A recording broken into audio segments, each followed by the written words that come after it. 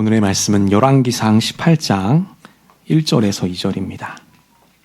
우리 다 같이 합독합니다. 우리 시작. 많은 날이 지나고 제3년에 여호와의 말씀이 엘리야에게 임하여 이르시되 너는 가서 아합에게 보이라. 내가 비를 지면에 내리리라. 엘리야가 아합에게 보이려고 가니 그때 사마리아의 기근이 심하였더라. 아멘. 오늘 예배 나오신 여러분 모두에게 우리 하나님의 평강과 도우심이 늘 가득하시길 우리 주님의 이름으로 간절히 축원하겠습니다. 우리 한번 고백해 보겠습니다. 예수님을 닮아갑시다. 예수님처럼 살아갑시다. 우리 한 번 더 예수님처럼 충만합시다. 그렇습니다. 우리 믿음의 고백처럼 예수님을 닮아가고 예수님처럼 충만한 그런 거룩한 사순절기가 되시기를 간절히 기도하겠습니다. 자, 오늘은 벼랑 끝에서 여유를 갖는 사람, 벼랑 끝에서 여유를 갖는 사람, 이 제목 가지고요, 우리 함께 말씀을 나눠보겠습니다. 여러분, 2018년 태국에서요, 전 세계를 숨죽이게 했던 하나의 사건이 있었습니다. 아마 그 사건을 기억하실지 모르겠습니다. 그 사건은 무엇일까요? 바로 이것입니다. 유소년 축구팀이요, 이 동굴 안에 고립됐던 사건이었습니다. 이들은 훈련을 잘 마치고요, 이 가벼운 레크레이션으로 동굴을 탐험하게 됩니다. 그런데 어느 순간 전혀 예상치 못한 큰 폭우를 만나게 됐던 것이죠. 엄청난 비가 쏟아지게 됐습니다. 자, 그렇게 비가 많이 쏟아지니까요, 동굴 입구부터 뭐가 차올랐을까요? 물이 차오르게 됩니다. 여러분, 사실 이 동굴은요, 매우 특이한 지형이어서요, 건기 때는 저렇게 뻥 뚫려 있습니다. 근데 비가 많이 오는 이 우기 때는요, 뭘로 채워질까요? 물이 채워지는 그런 동굴이었어요. 자, 이런 위험한 동굴인 줄을 모르고 축구팀이 들어갔던 것입니다. 시간이 지날수록 물은 계속해서 차오르게 됐고요. 이 축구팀은, 그 아이들은요, 그 물을 피하기 위해서 계속해서 동굴의 깊은 곳으로 들어갔던 것이죠.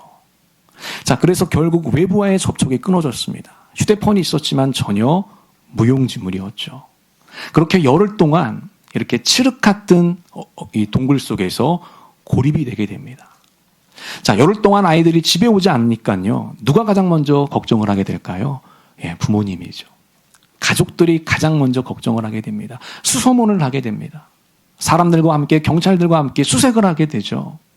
자, 그러다 동굴 입구에서 아이들의 옷가지와 자전거를 발견하게 돼요. 자, 그때 사람들은 이 아이들이 동굴 속에 갇혀 있구나라는 사실을 인지하게 됩니다. 여러분, 이 소식은 전 세계를 통해서 전해지게 돼요. 특종이 되게 됩니다. 근데 이 소식을 전해들었던 전문가들은요, 비관적인 견해를 내놓게 돼요. 사실상 구조는 불가능할 것이다. 너무나 안타깝지만 그 아이들을 구출할 수는 없습니다. 이런 판단을 내리게 됩니다. 자, 왜 그런 판단을 내리게 됐을까요? 바로 이런 구조를 갖고 있었기 때문이죠. 여러분, 이 동굴은요, 저 오른쪽에 입구가 보이시죠? 그리고 맨 왼쪽이 고립 지점입니다. 그 지점까지가 여러분 거리가 얼마나 되죠? 무려 4km나 됐다는 거예요. 엄청나게 긴 동굴이었어요. 물이 차오르니까요, 계속해서 들어갔던 것이죠.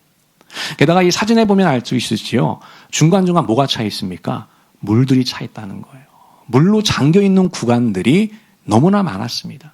저게 한 수백 미터가 됐다는 겁니다. 여러분, 이것은 최고의 다이버들도요, 목숨을 걸 수밖에 없는 상황이었던 것이죠. 그리고 실제로 구조 작업을 펼치다가 해군 특수부대 한 명이 목숨을 잃기도 했습니다. 자, 그런데 너무나 놀랍게도 기적적으로요, 단 한 명의 열의도 없이, 단 한 명의 낙오자도 없이 축구팀 전원이 구조가 됩니다. 얼마나 다행이고 감사한 일인지 몰라요. 어떻게 그런 일이 가능했던 걸까? 수많은 사람들의 기도와 염원이 있었기 때문이고요. 무엇보다도 이 다이버들의 아주 깊은 헌신이 있었기 때문입니다. 그래서 한 명도 죽지 않고 낙오되지 않고요, 다 부모님의 품으로 돌아갈 수가 있었던 것이죠. 여러분, 여기에는요, 또 한 가지 아주 중요한 이야기가 숨겨져 있습니다. 이게 뭐냐면, 이제 이 구조대원들이 아이들을 구출하러 갔어요. 아이들을 발견하게 됩니다. 근데 그 아이들을 발견했을 그 당시에요, 그 아이들이 너무나도 차분하고 평온한 상태였다는 거예요. 이게 참 놀라운 상태죠. 여러분, 이들은 고립된 지 약 17일 만에 구조가 됐어요. 극한의 상황에서 17일은 결코 짧은 세월이 아니죠. 사람은 3일만 못 먹어도 몸이 소진되기 때문입니다. 여러분, 그 동굴은 어두운 곳이었습니다. 폐쇄된 공간이었죠. 게다가 매우 습한 곳이었어요. 보이지가 않는 곳이에요. 게다가 또 뭐가 없었죠? 먹을 양식이 없었어요. 이들은 그 17일 동안 동굴에서 떨어지는 그 물방울로 생명을 연명했던 것이죠. 자, 그럼에도 불구하고 이 아이들은 어떻게 그 극한의 공포 속에서 무너지지 않고 그렇게 차분하고 여유로운 모습을 유지할 수 있었을까? 어떻게 그렇게 됐을까요? 여기엔 한 가지 비결이 있었다는 겁니다. 그 비결이 심지어 BBC 방송국의 보도까지 됐습니다. 그것은 무엇일까요? 바로 이것입니다.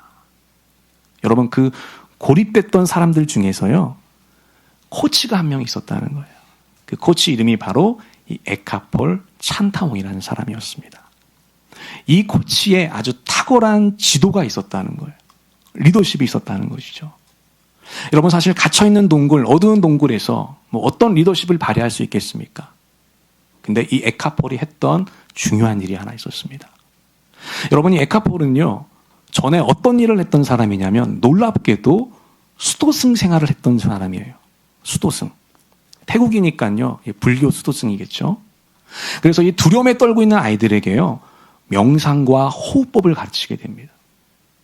그리고 그렇게 두려워하지 말라고 얘기하면서요, 계속해서 희망의 메시지를 전했던 거예요. 얘들아, 두려워하지 말아라. 이 두려움은 너희들에게 아무런 도움이 되지 않는다. 우리에겐 희망이 있다. 우리에겐 소망이 있다. 구조대원은 반드시 우리를 찾아낼 것이다. 우리는 반드시 구출되어서 다시 부모님의 얼굴을 보게 될 것이다. 여러분, 이렇게 계속해서 명상과 호흡으로 그 아이들을 진정시키면서 희망의 메시지를 전했던 것이죠.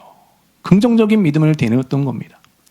여러분, 바로 이런 조치가 있었기 때문에요, 그 아이들은 그 절박한 위기의 상황 가운데서도 아주 차분하게 그 위기를 버텨낼 수가 있었다는 거예요. 나중에 인터뷰를 다 해요. 이 코치도 인터뷰를 하고 아이들도 인터뷰를 하는데 동일한 의견들이 나오게 돼요. 우리가 그렇게 해서 버틸 수가 있었습니다. 여러분, 우리의 인생도 마찬가지죠. 우리도 인생을 살다 보면요, 여러 가지 위기의 순간들을 맛보게 됩니다. 때로는 경제적인 위기가 있게 되고요, 때로는 건강의 위기를 만나게 되고요, 때로는 가정과 직장의 위기들에 직면하게 됩니다. 여러 고비들을 넘어갈 때가 있다라는 것이죠. 누구도 그 위기를 피할 수 없다라는 거예요. 너무나 흥미로운 점이 있어요. 그게 뭐냐면 어떤 사람은 그 위기를 잘 돌파해 나갑니다. 그러나 어떤 사람은 그 위기 안에서 무너지더라는 거예요. 여러분, 어떤 사람은 그 위기 가운데서 불안감에 휩싸입니다. 두려움에 한 발짝도 나아가지를 못해요. 그런데 어떤 사람은요, 그 위기 가운데서 너무나도 평온하고 여유롭게 그 위기를 헤쳐나가라는 것이죠. 여러분, 어떻게 이런 차이가 나오는 걸까요? 자, 오늘 이 말씀을 통해서 그 차이점을 살펴보고자 합니다. 여러분, 오늘 본문에 보면 위기에 처해 있던 한 사람이 나옵니다. 그 사람이 누구냐면 바로 엘리야 선지자였습니다. 이 엘리야 선지자의 모습을 통해서 우리는 몇 가지 중요한 포인트들을 짚어보려고 해요. 우리 함께 말씀을 나눌 때에 우리 각자에게 주시는 주님의 음성과 감동이 있었으면 좋겠습니다. 우리 모두에게 그런 은혜가 있게 되시기를 우리 주님의 이름으로 간절히 축원하겠습니다. 자, 우리 먼저 첫 번째 한번 보겠습니다. 우리 함께 읽어볼까요? 우리 시작. 하나님이 나를 붙드신다는 확신이 여유를 만듭니다. 여러분, 그렇습니다. 인생의 벼랑 끝에서 우리가 여유를 가질 수 있는 첫 번째 비결이 뭐냐? 하나님이 나를 끝까지 붙드신다는 이 확신. 이 확신이 있을 때 우리가 여유로운 사람이 된다는 거예요. 저는 우리 모두에게 이런 확신이 있게 되시기를 주님의 이름으로 간절히 기도하겠습니다. 자, 우리 열왕기상 18장 1절을 한 번 더 볼까요? 우리 함께 읽습니다. 우리 시작. 많은 날이 지나고 제3년에 여호와의 말씀이 엘리야에게 임하여 이르시되 너는 가서 아합에게 보이라. 내가 비를 지면에 내리리라. 아멘. 여러분, 엘리야가 살던 시대는요, 아합 왕의 시대입니다. 이 아합 왕은 하나님 보시기엔 너무나도 악한 왕이었죠. 이 아합에게는 한 가지 소원이 있었어요. 이게 뭐냐면 자기의 왕궁인 이스라엘이 부국강병이 되는 것입니다. 왕이니까요, 응당 가져야 될 마음이겠죠. 자, 그런데 그 방법이 잘못됐다는 것입니다. 아합은 하나님을 버리고요, 우상, 풍요의 신 바알을 섬기게 됩니다. 자, 이에 누가 진노하셨을까요? 하나님이 진노하시게 되죠. 그래서 누굴 보낼까요? 이때 엘리야를 보내게 되는 거예요. 자, 엘리야를 보내서 심판을 선포하게 됩니다. 어떤 심판이었을까요? 바로 가뭄이었습니다.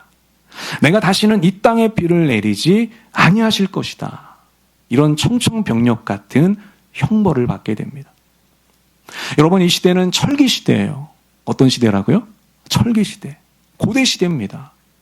여러분, 고대 시대 때는 뭐가 경제의 중심이었을까요? 농업이 경제의 중심인 시대예요. 농사가 잘 되면은요, 그 나라는 부국해집니다. 강한 나라가 되는 것이죠. 그런데 한 해 농사가 망치게 되면 큰 타격이 있게 되는 것이에요. 그런데 비가 내리지 않았다는 거예요. 무려 몇 년 동안 내리지 않았을까요? 3년 동안이나 내리지 않았다는 겁니다. 여러분, 당연히 나라의 경제는 초토화가 됐고요. 백성들은 굶주리기 시작했어요.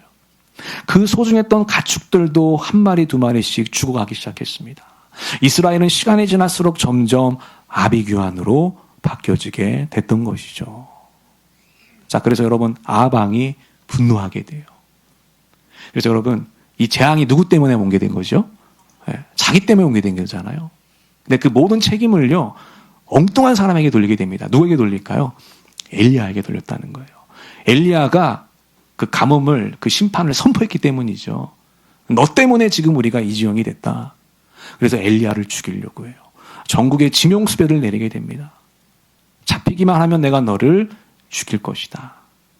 이때부터 엘리야는 전국을 숨어 다니는 도망자 신세로 전락을 하게 됩니다. 자, 그런데 어느 날 하나님이요, 이 엘리야에게 아주 기가 막힌 명령을 주시게 돼요. 그게 방금 읽은 이 구절입니다. 여러분, 이 구절에 보면 하나님이 엘리야에게 누굴 만나라고 얘기하죠? 아합을 만나라고 얘기한다는 거예요. 아니, 지금 아합은 엘리야를 죽이기 위해서 혈안이 돼 있는데 자기 발로 호랑이 굴로 들어가라는 것이죠. 여러분, 이것은 결코 쉬운 일이 아니었을 겁니다. 자, 그런데 놀랍게도 이 엘리야는요, 아합 왕을 찾아가게 돼요. 자, 우리 열왕기상 18장 우리 17, 18절 다 같이 한번 읽어보겠습니다. 우리 시작. 엘리야를 볼 때에 아합이 그에게 이르되 이스라엘을 괴롭게 하는 자여 너냐? 그가 대답하되 내가 이스라엘을 괴롭게 한 것이 아니라 당신과 당신의 아버지의 집이 괴롭게 하였으니 이는 여호와의 명령을 버렸고 당신이 바알들을 따랐음이니라. 아멘. 여러분, 이 장면을 한번 상상해 보십시오. 지금 엘리야는요, 자기를 죽이고자 하는 왕 앞에 서 있습니다. 왕 주변에는 여러 신하들과 병사들이 있죠. 이들도 역시 이를 갈고 엘리야를 주시하고 있습니다. 자, 그런데 엘리야는요, 그 위기의 순간에, 그 벼랑 끝 순간에 전혀 움츠려들지를 않았다는 것이에요. 이 구절이 그것을 보여줍니다. 오히려 이 왕과 설전을 벌이게 되죠. 이 땅에 비가 오지 않은 것은, 이 땅에 이렇게 백성들이 굶주리고 아비규환이 된 것은 제 잘못이 아닙니다. 바로 당신과 당신의 아버지가 바알을 섬겼기 때문에 이런 재앙을 만나게 된 것입니다. 여러분, 이게 뭐죠? 이게 바로 직언이라는 거예요. 직언. 여러분, 그 당시 왕에게 직언을 한다는 것은 목숨이 왔다 갔다 하는 일이었거든요. 엘리야가 담대하게 이야기하고 있는 것이죠. 게다가 엘리야는요, 그 유명한 갈멜산 대결까지 제안을 하게 돼요. 이때 이방 선지자 850명을 모으십시오. 갈멜산에서 한번 대결을 해봅시다. 그래서 하나님이 진짜 신인지 바알이 진짜 신인지를 겨눠봅시다. 이렇게 엄포를 넣게 됩니다. 여러분, 이런 엘리야의 모습은 너무나도 놀랍습니다. 어떻게 그 벼랑 끝에서 흔들리지 않는 담대함을 가질 수 있었던 걸까? 어떻게 그 적진 한복판에서 불안함이 아니라 두려움이 아니라 그렇게 여유로움을 가질 수가 있었던 걸까? 여러분, 그 비결이 바로 이것이라는 거예요. 다 같이 읽어볼까요? 우리 시작. 하나님이 끝까지 붙잡아 주실 것이란 확신이 있었기 때문입니다. 아멘. 너무나도 중요한 말이에요. 한 번 더 따라해 볼까요? 하나님이 끝까지 붙잡아 주실 것입니다. 여러분, 그렇습니다. 나를 이 자리에 보내신 이도 하나님이시니 지금 나는 혼자가 아니다. 하나님이 나를 지켜보고 계신다. 하나님이 나를 붙잡아주고 계신다. 그러므로 나는 담대하게 나아갈 것이다. 설령 그 상황이 막다른 골목이라 할지라도, 벼랑 끝 상황이라 할지라도 하나님이 나를 붙잡아 주시기 때문에 나는 승리할 것이다. 여러분, 이렇게 세상에 줄 수 없는 평안과 여유로움이 가득했던 것이에요. 저는 이 확신이 이번 사순절을 통해서 우리 심령 가운데 온전히 회복되시기를 주님의 이름으로 간절히 축원하겠습니다. 이런 확신이 얼마나 중요한지 몰라요, 여러분. 이런 생각을 그냥 관념으로 갖고 있는 것이 아니라 우리가 진짜로 믿어질 때 우리는 외나무 다리에서도 여유를 가질 수가 있다라고 하는 것이죠. 왜? 나를 붙잡아준다는 믿음이 있기 때문에요. 여러분, 태평양 연안에 살고 있는 아주 귀여운 바다 동물이 하나 있습니다. 바로 해달이에요. 이렇게 생겼죠. 너무나 귀엽게 생겼죠. 사진처럼. 여러분, 이 해달은요, 아주 특이한 점이 하나 있습니다. 그게 뭐냐면 잠자는 게 참 특이해요. 여러분, 해달은 잠을 어떻게 잘까요? 바다에 둥둥 뜬 채로 잠을 잡니다. 우리가 알고 있는 것처럼 이 배용의 모습이 있죠. 그 배용의 자세를 취하고 잠을 자요. 물론 육지에서 잠을 잘 때도 있는데 극히 소수고 주로 대부분은 바다에 둥둥 떠 있는 채 잠을 자게 됩니다. 여러분, 한번 생각해 보십시오. 이 바다에는 뭐가 있을까요? 해류가 있거든요. 그래서 그냥 바다에 떠 있게 되면은요, 자기도 모르게 어디론가로 휩쓸리게 됩니다. 근데 어떻게 이 해달은 그 작은 몸집에도 불구하고 이런 해류가, 거친 해류와 파도들이 있음에도 불구하고 어떻게 그렇게 여유롭게 바다 위에서 둥둥 잠을 잘 수가 있는 걸까? 자, 여기엔 이 한 가지 비결이 있습니다. 자, 그게 뭐냐면 바로 이제 이것이에요. 여러분, 이게 무슨 장면일까요? 여러분, 해달은요, 미역이나 이 해초류들 있죠. 다시마 같은 거. 이런 해초류로 자기 몸을 돌돌 감는다는 거예요. 그리고 잠을 잡니다. 얼마나 영리한지 몰라요, 이 조그만 해달이. 여러분, 그렇게 되면 이 해초류가 어떤 역할을 하는 것이죠? 천연 다세 역할을 하게 되는 거예요. 아무리 파도가 불고요, 이 해류가 있어도요, 떠내려가지가 않게 되는 거예요. 자, 해달이 이 사실을 확신하고 믿기 때문에요, 그 망망대화 같은 바다 위에서도요, 아주 여유롭게 잠을 청할 수가 있게 된다는 거예요. 그러니 이렇게 나를 붙잡아 주신다고 하는 이 안정감, 이 확신이 얼마나 중요한지 모른다는 것입니다. 여러분, 우리의 인생도 마찬가지죠. 하나님은 우리를 놓치신 적이 없습니다. 지금도 우리를 완전히 붙들고 계십니다. 그래서 우리가 어떤 파도가 밀려와도요, 하나님의 손에서 떨어질 수가 없게 되는 것이죠. 저는 우리 보는 전면의 성도들이요, 이런 확신을 가지고 살아갔으면 좋겠습니다. 지금 여러분들의 마음을 짓누르고 있는 것은 무엇입니까? 오늘 여러분들은 어떤 막다른 길에 서 계십니까? 여러분, 그것이 무엇이 되었건 그것보다 더 중요한 것은 지금 하나님이 나를 어떻게 하고 계시다? 붙잡고 계시다는 거예요. 하나님이 나를 붙잡고 계시다. 우리 한 번 더 따라 볼까요? 하나님이 나를 붙잡고 계십니다. 여러분, 우리가 이것을 진짜로 확신한다면 우리는 어떤 상황에서도 평안과 여유로움을 느낄 수 있을 것입니다. 저는 이런 은혜가 있게 되시기를 우리 주님의 이름으로 간절히 축원하겠습니다. 두 번째 한번 보겠습니다. 다 같이 한번 읽어볼까요? 우리 시작. 하나님이 끝까지 이루신다는 확신이 여유를 만듭니다. 아멘. 여러분, 그렇습니다. 위기를 극복할 수 있는 방법, 위기 가운데서도 여유를 찾을 수 있는 방법, 그 두 번째 비결은 하나님이 끝까지 이루어 주신다는 확신. 이게 있어야 한다는 거예요. 자, 우리 열왕기상 18장 우리 19절에서 20절 다 같이 한번 읽어볼게요. 우리 시작. 그런즉 사람을 보내 온 이스라엘과 이세벨의 상에서 먹는 바알의 선지자 450명과 아사레의 선지자 400명을 갈멜 산으로 모아 내게로 나오게 하소서. 아비의 이스라엘의 모든 자손에게로 사람을 보내 선지자들을 갈멜 산으로 모으니라. 아멘. 여러분, 드디어 이제 갈멜 산 대결이 시작이 되었습니다. 대결의 비율은 어떻게 되죠? 1대 850입니다. 규칙은 간단합니다. 제단을 세우고요, 그 제단 위에 제물을 얹어놓습니다. 그리고 기도를 합니다. 기도를 해서 진짜 그 기도를 듣고 하늘에서 불을 떨어뜨리는 신이 참신이라는 것이죠. 이 대결의 결과는 너무나도 명확했습니다. 자, 그래서 가장 먼저 이방 선지자들이 기도를 시작하게 돼요. 그들은 수십 명도 아니고 850명이었습니다. 엄청난 열광적인 퍼포먼스를 펼치게 되죠. 아마 이스라엘 온 나라가 들썩거렸을 거예요. 그들은 노래를 불렀습니다. 소리를 외쳤습니다. 칼춤을 췄습니다. 심지어 그 칼을 가지고 자기 몸을 찌르면서까지 기도했어요. 여러분, 그럼 어떻게 됐을까요? 아침부터 저녁까지 그렇게 퍼포먼스를 하게 되죠. 어떻게 됐을까요? 아무런 응답이 없었어요. 여러분, 그 열광적인 무대가 무색해질 정도로 그 850명이 얼마나 난리를 쳤겠어요, 여러분. 무한해질 정도로 너무나도 고요했던 것이죠. 자, 그 다음에 누구 차례가 됐죠? 엘리야 차례가 되었습니다. 여러분, 엘리야는 무너졌던 여호와의 제단을 다시 수축합니다. 그리고 그 제단 위에 정결한 제물을 올려놓습니다. 그리고 여러분, 그 다음에 했던 행동이 너무나도 놀랍죠. 4개의 통을 가져옵니다. 그리고 그 4개의 통에 물을 가득 담아서요, 3번이나 제단 위에 부었다는 것이에요. 그러니까 총 몇 통을 분 거예요? 12통을 분 겁니다. 어떻게 됐을까요? 제단과 제물이 다 적게 돼요. 그 제단 주변에 있던 도랑에도 물이 가득 차게 됩니다. 여러분, 지금 이 제단에 뭘 붙여야 되죠? 불을 붙여야 되는 상황이에요. 물을 부면 당연히 불리해질 수밖에 없죠. 그럼에도 불구하고 엘리야는 왜 이런 담대한 행동을 했던 걸까? 어디에서 이런 여유가 나왔던 걸까? 바로 이것입니다. 다 같이 한번 읽습니다. 우리 시작. 하나님이 시작하신 일은 하나님이 이루신다는 확신이 있었기 때문입니다. 아멘. 너무나도 중요한 일이죠.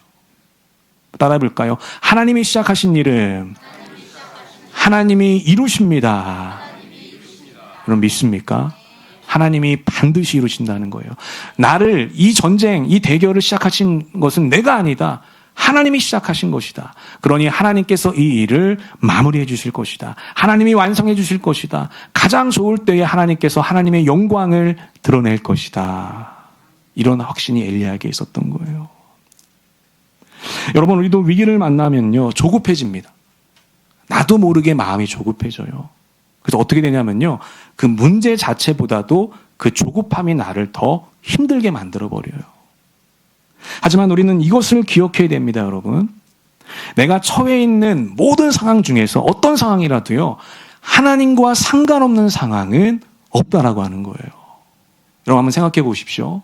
하나님은 우리의 가정을 시작하신 분이시죠. 하나님은 우리의 사업을 시작하신 분이십니다. 하나님은 심지어 나에게 생명을 주신 분이십니다. 게다가 하나님은 나에게 친구들과 동료들과 주변의 지인들까지도 보내주신 분이에요.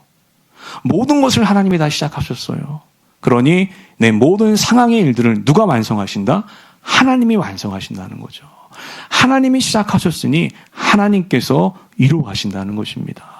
여러분, 이 확신이 회복되시기를 주님의 이름으로 간절히 축원하겠습니다. 여러분, 그렇기 때문에 그저 우리는 하나님을 바라보는 것이죠. 하나님을 믿는 것입니다. 하나님의 때를 기다리는 것입니다. 하나님을 의지하면서 주님을 바라보는 것이죠. 그때 우리에게도요, 놀라운 평안과 여유가 찾아오게 되는 거예요. 아무리 막다른 골목이라 할지라도, 사면초가의 상황이라 할지라도, 진퇴양난의 상황이라 할지라도 세상에 줄 수 없는 그 여유로움이 우리 가운데 찾아오게 되는 거예요. 저는 우리 모든 전면의 성도들이요, 조급함을 버리고 하나님이 주시는 여유로움을 가지고 여유롭게 말하고 생각하게 되시기를 주님의 이름으로 간절히 축원하겠습니다. 그게 은혜인 것입니다. 그게 능력인 것입니다.